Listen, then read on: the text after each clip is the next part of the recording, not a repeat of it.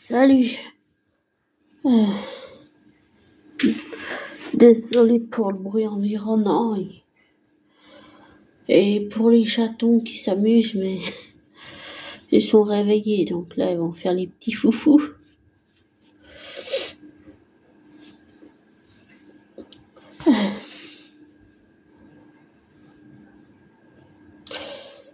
J'ai vu la saison 1,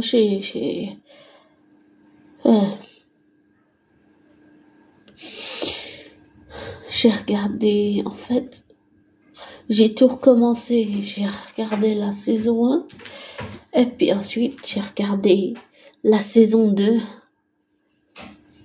et j'ai essayé, mais j'ai pas pu.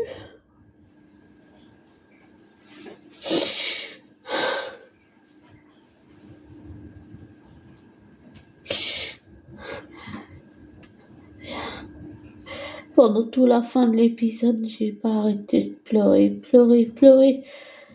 pleurer sans pouvoir m'arrêter.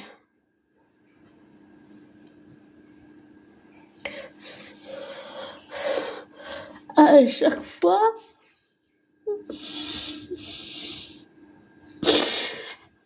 je repassais.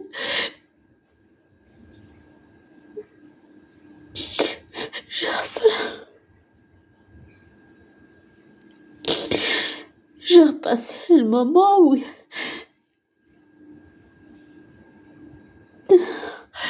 oui.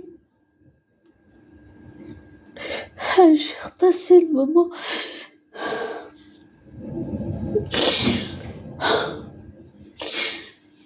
à chaque fois j'ai repassé le moment où Loki regardait ses amis pendant un long moment, et puis ensuite il descendait en bas. J'ai repassé la scène plusieurs fois, désolé si je me bouge.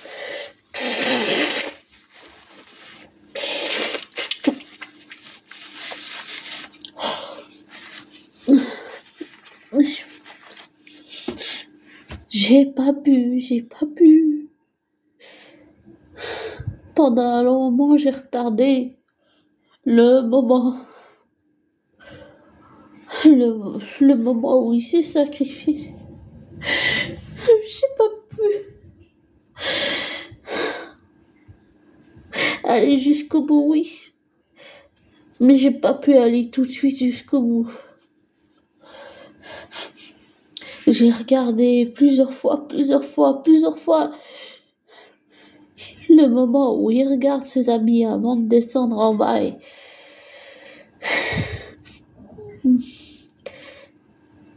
et j'ai vu le fameux arbre, l'arbre d'Yggdrasil. Je sais pas si c'est l'arbre de la vie, mais j'ai toujours pensé que c'était l'arbre de la vie ou un truc comme ça. Et j'ai cru comprendre que Loki, depuis son trône, il entend toutes les branches de réalité. Et il a entendu la voix de son ami, Mobius. Et aussi Sylvie, bien sûr. La femme qu'il aime. Mais pendant un long moment, j'ai pas pu aller jusqu'au bout. J'ai repassé plusieurs fois le moment où il regarde ses amis.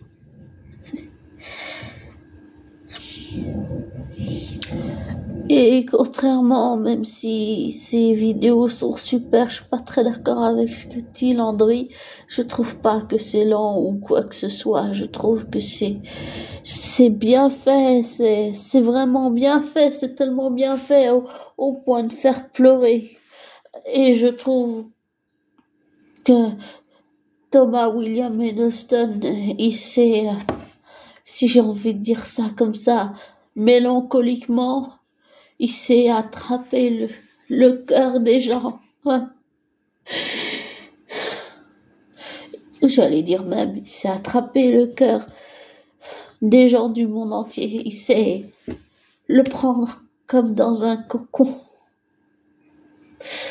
J'ai envie de dire, toute l'évolution de Loki, pour moi, ça montre à quel point Il a mûri. À quel point il a changé. Et, et je pense que Thor devrait savoir ce que Loki a fait pour ses amis, parce qu'avec Thor, il a appris à avoir une famille. Mais avec Mobius et Sylvie, B15 et les autres, il a aussi appris à avoir une autre sorte de famille et des amis. Des gens sur qui tu peux avoir confiance et sur qui tu peux compter et sur qui tu comptes. Et c'est ça que j'ai pensé à la fin. Il s'est dit qu'il comptait sur ses amis. Il comptait vraiment sur eux. Alors je sais pas ce que ça va être les retombées de la saison 2 et je me suis un peu renseignée déjà, mais j'ai l'impression qu'ils attendent les retombées officielles avec tous les chiffres jusqu'à la fin pour voir s'ils vont faire une saison 3 ou pas. Enfin, ça c'est que mon avis, mais je trouve que ce serait bien que Thor apprenne par Mobius et Sylvie ce que Loki a fait, à quel point il a évolué, à quel point il a changé, et que ça prouve qu'il avait bien fait de croire en son frère. J'ai envie de ça, et puis je m'arrêterai pas, Loki. Depuis le début, Loki, avec ce personnage fictif, j'ai créé je sais pas si c'est le cas pour tout le monde. Depuis le début, j'ai créé un lien émotionnel avec le personnage de Loki, même si j'ai pas toujours approuvé ses actions malhonnêtes et destructrices. Et comme j'avais dit dans son autre audio, je détestais autant Tom Hiddleston que son personnage, parce que je me retrouve en les deux, mais j'ai compris que l'un n'a rien à voir avec l'autre, l'un est fictif, l'autre est réel. Mais j'ai aussi compris que dans la vraie vie, avant d'arriver là où il est, Thomas Hiddleston a lui-même souffert dans la vraie vie, et il a donné toutes ses souffrances à lui, à son propre personnage. C'est se servir de faits réels qu'on a vécu soi-même, les mettre au service d'un personnage fictif. Et il le fait très bien, et j'ai adoré tous les dialogues, j'ai adoré la mise en scène, j'ai adoré tout ça, j'ai adoré. Mais c'était vraiment dur.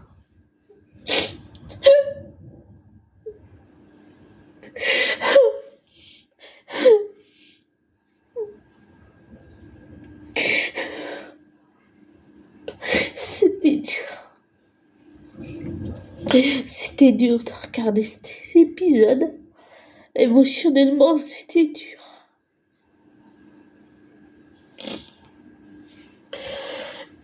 J'ai pas envie de faire le deuil de Loki. J'y arriverai pas. Il m'a accompagné tout au long de ma vie.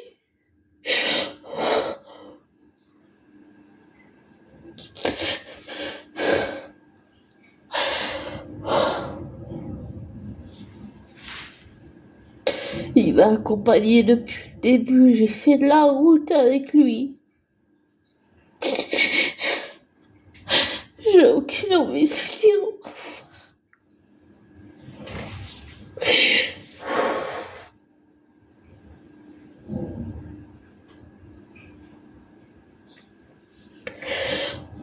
Excusez-moi.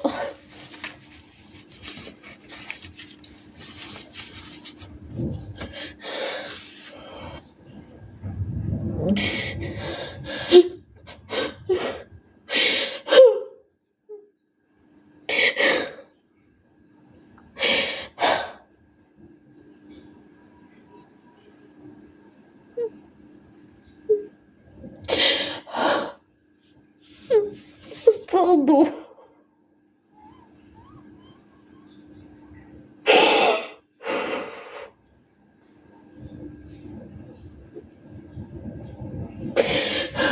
J'arriverai pas. J'arriverai pas à continuer sans lui.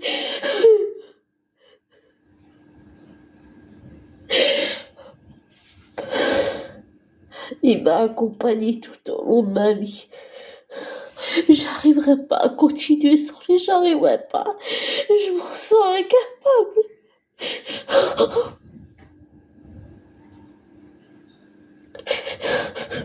Mais pour moi, il fait partie de moi, il fait partie de ma vie, il fait partie de ma vie.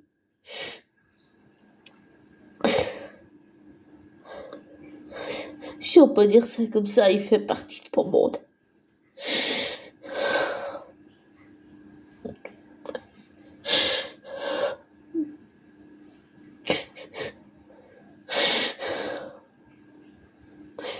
Mais au-delà de ça, si on parle des choses dans la vraie vie, c'est la même chose. Pour Thomas Hiddleston, j'arriverai pas à continuer sans lui. J'arriverai pas. J'arriverai pas. Depuis que cet acteur est entré dans ma vie, il m'a fait travailler la haine, la rage, la colère, le passé, la frustration, l'irritation. Il m'a fait travailler tout ce qui est émotionnel dans la vraie vie. Dans la vraie vie, Thomas Hiddleston, il m'a fait travailler toutes des choses que j'imaginais pas que quelqu'un pouvait me faire travailler. Et à chaque fois, j'ai dû prendre du recul, oui. Mais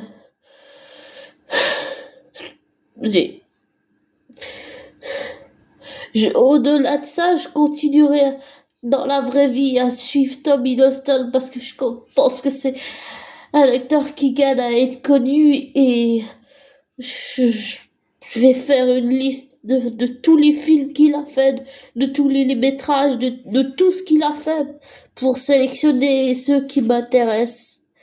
Et je reconfirme encore que son talent, j'ai envie de dire, pour moi, dans mon cœur, il a gagné, dans mon cœur, il a gagné, j'ai envie de dire, l'amour de ses fans. Et 2 minutes. Je suis désolée si je me bouge beaucoup, mais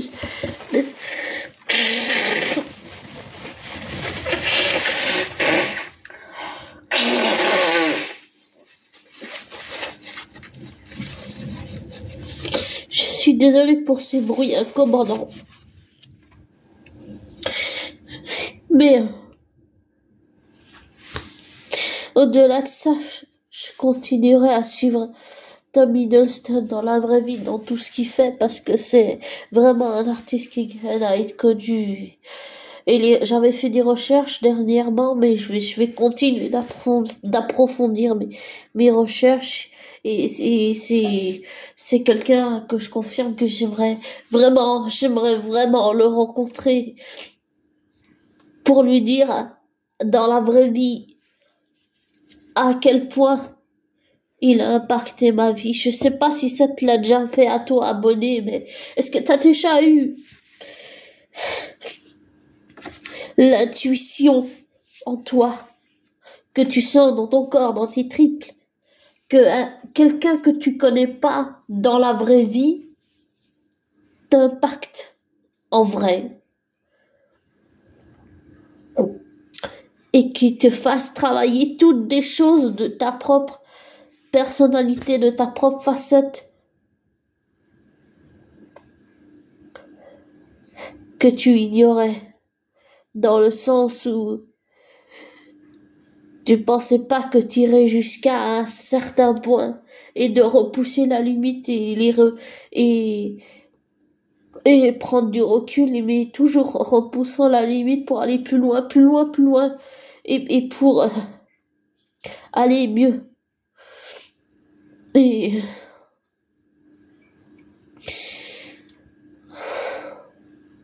je trouve cet épisode incroyable. J'aime bien la musique de fin. Et ce que je lisais dans les yeux de Loki, c'était l'amour qu'il a pour sa nouvelle famille.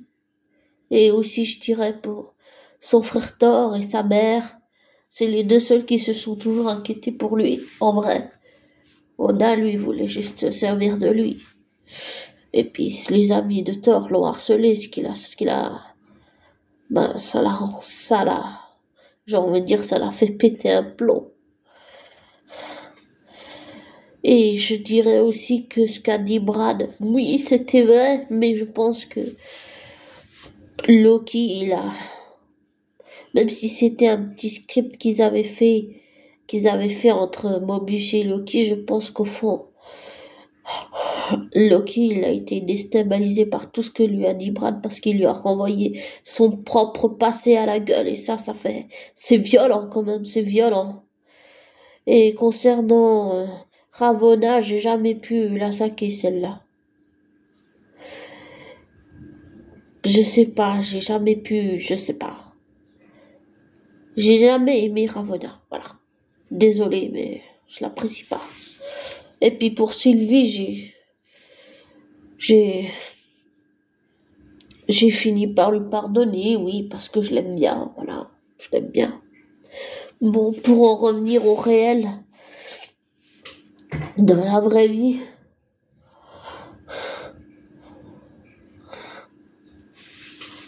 je pense pas. Je pense pas continuer sans Thomas parce que c'est quelqu'un qui impacte ma vie depuis si longtemps. Même si on se connaît pas encore dans la vraie vie, c'est vraiment quelqu'un que j'ai envie de rencontrer.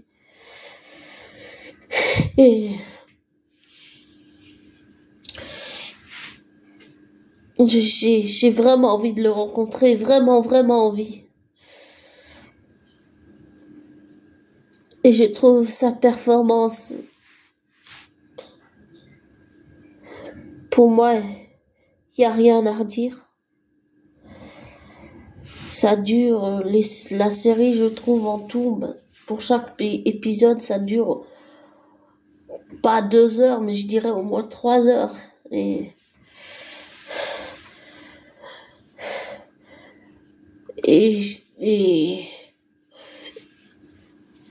grâce à des youtubeurs qui, eux, avaient déjà vu les épisodes, Jordan Universe, Landry, et puis je sais plus qui d'autre. Grâce à ces youtubeurs, j'ai pu comprendre beaucoup mieux les épisodes en les regardant ensuite, moi. C'est pour ça que j'aime bien certaines séries qui sont spoil, parce que quand je les regarde la première fois, je comprends rien, mais quand je regarde et que ça a déjà été spoilé, pour moi, ça me permet de comprendre mieux les choses, mieux suivre l'épisode, mieux suivre la psychologie, la pensée du personnage et tout. Et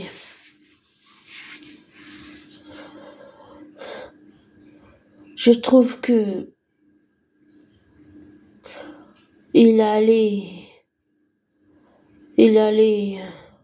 au-delà de tout ce qu'il peut donner en tant qu'acting, et en plus, comme c'est Thomas William Hiddleston, comme c'est quelqu'un qui vient du théâtre, c'est un bourreau de travail, c'est quelqu'un qui travaille beaucoup, beaucoup.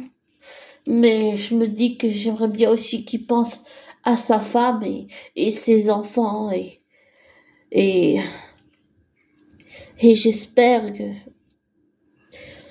qu'il va continuer à jouer, et j'ai envie de le suivre, et j'allais dire, j'ai pas envie de voir une IA, machine, truc artificiel jouer à sa place. Pour moi, Thomas Hiddleston, il a sa place en tant que personne. Et c'est certainement pas une intelligence artificielle qui va remplacer quelqu'un du théâtre comme lui.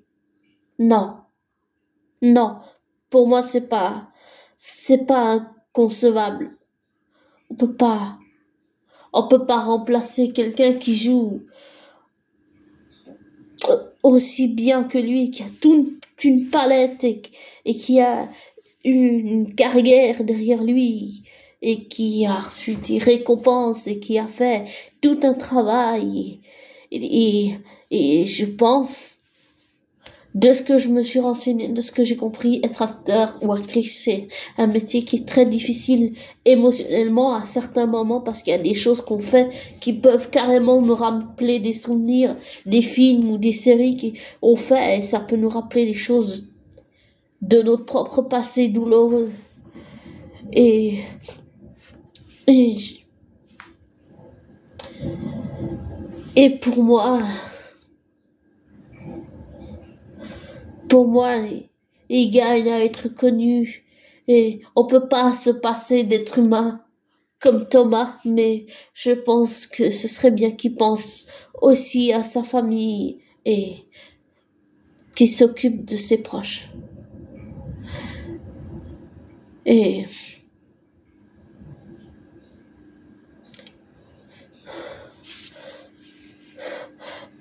j'ai très envie de le rencontrer.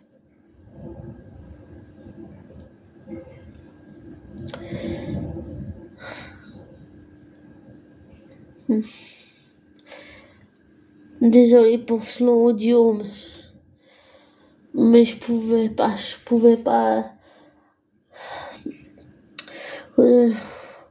J'arrivais peut-être pas à me ressaisir au début, mais c'était douloureux à regarder cet épisode parce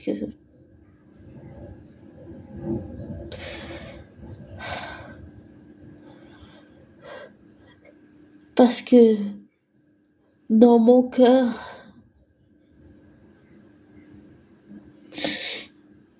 c'est pas possible de lui dire au revoir. Je pourrais pas continuer sans Loki. Et je continue à penser que Mobius devrait apprendre à tort ce que Loki a fait, à quel point il a changé, à quel point il a évolué. Et pour dans la vraie vie, je pense intuitivement, après c'est qu'une intuition, sur le vif émotionnel, mais une intuition émotionnelle n'est qu'une intuition, c'est pas une vérité. Je pense qu'en vrai, à Thomas Hiddleston, ça a dû aussi réveiller des blessures de son propre passé à lui, et ça l'a obligé, ça l'a forcé à travailler, à faire un propre travail sur lui. C'est comme déconstruire pour reconstruire. Voilà. Et j'ai trouvé très beau la fin, c'était très beau, j'allais dire même même triste, c'était beau, c'était triste, c'était mélancolique, c'était romantique, c'était tout en même temps, c'était tout en même temps. C'était magnifique, c'était magnifique. Et même si on peut pas oublier le passé et que ça ne l'efface pas, pour moi, il a largement eu droit à sa rédemption.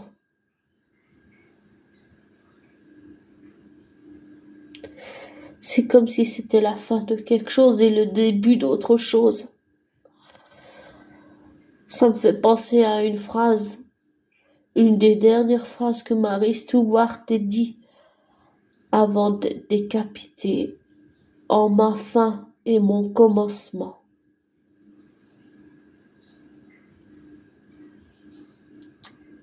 Je trouve que c'est très parlant. Mais je pense que tout ça, ça a demandé beaucoup de travail à toutes ces équipes. Alors, chapeau à toutes les équipes qui ont travaillé sur ces 2 saisons et, et j'espère une saison 3. J'en ai trop envie d'une saison 3. Parce que j'ai pas envie qu'ils partent et puis ouais, j'ai pas envie qu'ils partent, mais au-delà de ça, dans la vraie vie, oui, je vais continuer à suivre Thomas Hiddleston parce que je trouve que c'est vraiment intéressant, c'est un artiste plein de surprises, c'est un être humain plein de surprises qui sait prendre ton cœur. C'est ça que j'ai envie de finir. C'est un être humain avec son jeu d'acting qui sait prendre ton cœur au point de faire pleurer. Je trouve qu'il a tellement réussi, c'est tellement réussi, c'est tellement beau. Qu'est-ce que je peux dire d'autre?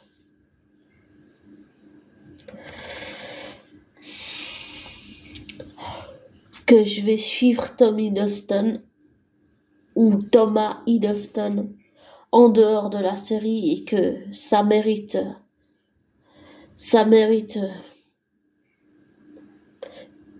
j'allais dire ça mérite une récompense cette série parce que je trouve pour moi elle mérite une récompense parce que je trouve que les visuels, les effets, tout a été fait bien, tout a été respecté et on se moque pas des gens et on ne prend pas par les mains, on fait les choses telles quelles et ça renforce la mythologie du personnage aussi, c'est vrai.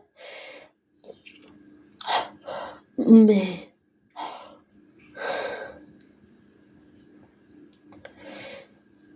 je pense que Thor et Loki, là on revient dans la fiction, que Thor et Loki ont fait des gros sacrifices. Ils ont beaucoup sacrifié. Ils ont fait des choix très douloureux, qui étaient émotionnellement très très très difficiles. Le fardeau était tellement lourd, c'est presque au point d'être écrasé. Oui, j'espère toujours, et j'ai très très envie d'une réconciliation entre Thor et Loki définitive, que Thor puisse compter sur Loki et Loki puisse compter sur Thor. Voilà. Et pourquoi pas qu'il présente Mobius, B15 et tous les autres à son frère pour qu'il voit tous les gens qu'il a impactés et qu'il voit que tous ses proches ont confiance en lui et que ça montre à Thor qu'il a bien fait de croire en son frère. C'est ça que j'ai envie, j'ai tellement envie de ça, une réconciliation entre les deux frères. Je n'attends que ça. Bon, on l'a pas eu dans cette saison, mais c'est pas grave pour moi. Pour moi, il a déjà gagné, j'allais dire. Pour moi, c'est plus, même s'il y a Loki, oui, pour moi, c'est plus Thomas Hiddleston. Pour moi, Tom Hiddleston, il a gagné. Il a gagné. Encore plus l'amour de son public, je dirais. Ouais.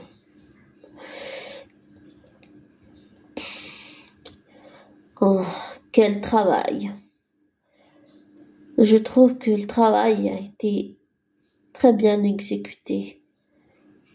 Oh, j'imagine pas tout le travail qu'il y a dû avoir derrière pour arriver à ce résultat-là. C'est extraordinaire. J'ai jamais vu une série qui donne autant envie de voir. Je suis Marvel depuis 2008, mais des séries intéressantes, c'était celle qui m'a toujours intéressé le plus.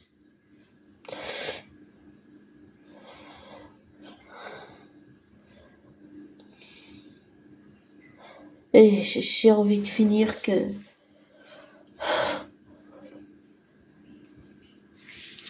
c'est peut-être égoïste de dire que je peux pas continuer sans Thomas Hiddleston, mais c'est tellement quelqu'un qui dans la vraie vie, même si on se connaît pas encore, qui m'a impacté tellement fort. De tous les acteurs que j'ai suivis, aucun m'a autant impacté dans la vraie vie. Non, aucun n'a eu un effet pareil. Non, aucun.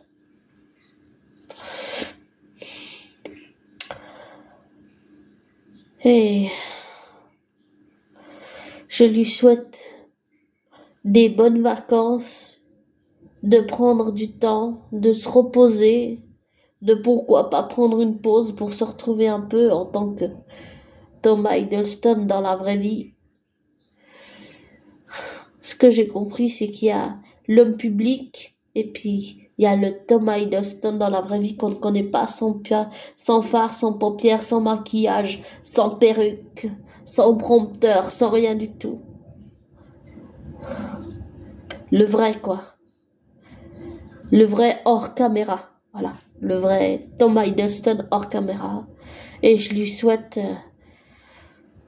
j'allais dire, de bonnes vacances. Voilà. C'est mérité après tout ça. C'est largement mérité. Un bon repos et reviens quand tu voudras. Et quoi qu'il en soit, je continuerai à te suivre dans tes projets, Thomas. Et le meilleur, et j'espère, et j'ai très très envie de te rencontrer. Et prends soin de toi, Thomas. Et toi, abonné, prends soin de toi. Et le meilleur pour toi.